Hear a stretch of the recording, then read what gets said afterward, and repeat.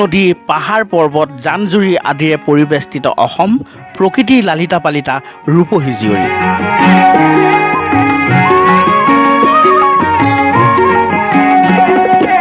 অসম আমাৰ ৰূপহী গুণৰো নাই শেষ।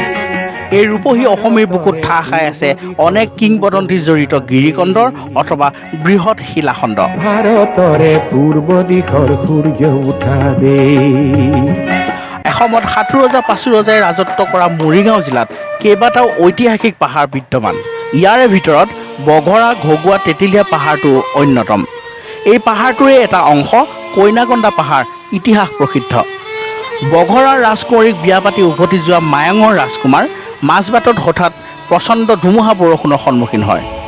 ধুমুহা বৰষুণৰ পৰা হাত সাৰিবলৈ তেওঁলোক দুয়ো পাহাৰৰ শিলৰ গুহাত আশ্ৰয় লয়। কিন্তু আশ্ৰয় প্ৰদান কৰা শিলৰ গুহাৰ মুখখন ভূমিস্খলনত বন্ধ হৈ পৰাত তেওঁলোকে অকাল মৃত্যুক সাৱটিব লগা হয়। জনশ্ৰুতি অনুসৰি দুৰ্ভগীয়া কইনাজনীৰ কান্দোন বহুবাৰ গাঁওবাসীয়ে শুনিবলৈ পাইছিল আৰু তেওঁলোকে পাহাৰটোৰ এই অংশটোৰ নাম দিলে কইনা কন্দা পাহাৰ। কইনা কন্দা পাহাৰত আজি কইনাই নাকান্দে। সংৰক্ষণৰ অভাৱত পাহাৰটোৰ লগতে শিলৰ গুহাটো অনিষ্ট হ'বলৈ ধৰিছে। মানৱসৃষ্ট কাৰণত ক্ষয়প্ৰাপ্ত হ'বলৈ আৰম্ভ হোৱা পাহাৰটোৰ দুৰ্বাৰ আকৰ্ষণে আজিও হাত বাউল দি মাতিছে সৌন্দৰ্য পিয়াসী অলেখজনক। আৰু ইয়াৰ তাগিদাতে দুৰ্গম পথ অতিক্ৰম কৰি পাহাৰৰ বুকুলৈ ঢাপলি মেলিছে অসংখ্য প্ৰকৃতিপ্ৰেমিক।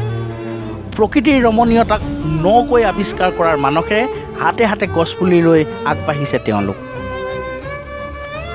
কইনা কন্দা পাহাৰৰ পৰা আধা কিলোমিটাৰমান দূৰত্বত অৱস্থিত গৰুবধীয়া শিল।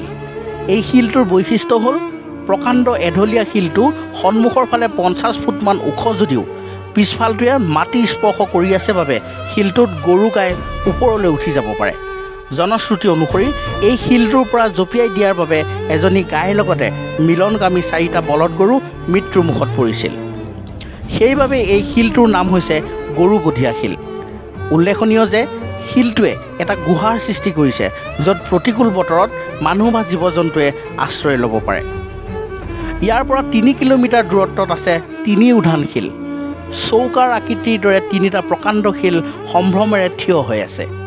কিংবদন্তি অনুসৰি এই 3টা শিলতে জোঙাল বলহুৱে চাৰণ বিলৰ পৰা পানী কঢ়িয়াই আনি ভাত ৰান্ধি খাইছিল। তিৱা বীৰ জোঙাল বলহুৰ স্মৃতি বিজড়িত এই শিলৰ পৰা উত্তৰ দিশে আধা কিলোমিটাৰমান নিলগত আৰু পাহাৰৰ বহু উচ্চতাত আছে এটা নিয়মীয়া আকাৰৰ পুখুৰী। এটা বৃহদাকাৰ শিলৰ বুকুখন ক্ষয়প্ৰাপ্ত হৈ প্ৰাকৃতিকভাৱে এই পুখুৰীটোৰ সৃষ্টি হৈছে। শীতকালত বন্য জীৱ জন্তুৰ তৃষ্ণা নিবাৰণৰ একমাত্ৰ সম্বল হৈছে এই পুখুৰীটো। অৱশ্যে দীৰ্ঘদিন ধৰি গছপাত পৰি আৰু জলজ উদ্ভিদৰ জন্ম হৈ পুখুৰীটোৰ পানী লেতেৰা হৈ পৰিছে।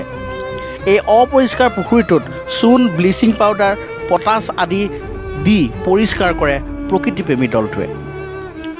প্ৰকৃতিৰ মোহনীয়তাই অতীজৰে পৰা মানুহক ব্যাকুল কৰি আহিছে। এই মোহনীয় প্ৰকৃতিক চিৰসেউজ কৰি ৰাখিবৰ বাবে অহৰ্নিশে বৃক্ষৰোপণৰ লগতে সংৰক্ষণৰ বাবে হাতে কামে লাগি আহিছে একাংশ প্ৰকৃতিপ্ৰেমী। হিতেশ শৰ্মা, দেৱেন দাস, ঘনশ্যাম বৰদলৈ, বসন্ত ডেকা, পুলিন ডেকা, জোনমণি বৰদলৈ, অৰ্পণ বৰদলৈ আদি প্ৰকৃতিপ্ৰেমীসকলৰ এই মহান পদক্ষেপ চিৰদিন স্মৰণীয় হৈ ৰ'ব। নিউজ ডেস্ক ৰিপৰ্ট, মৰিগাঁও সংবাদ।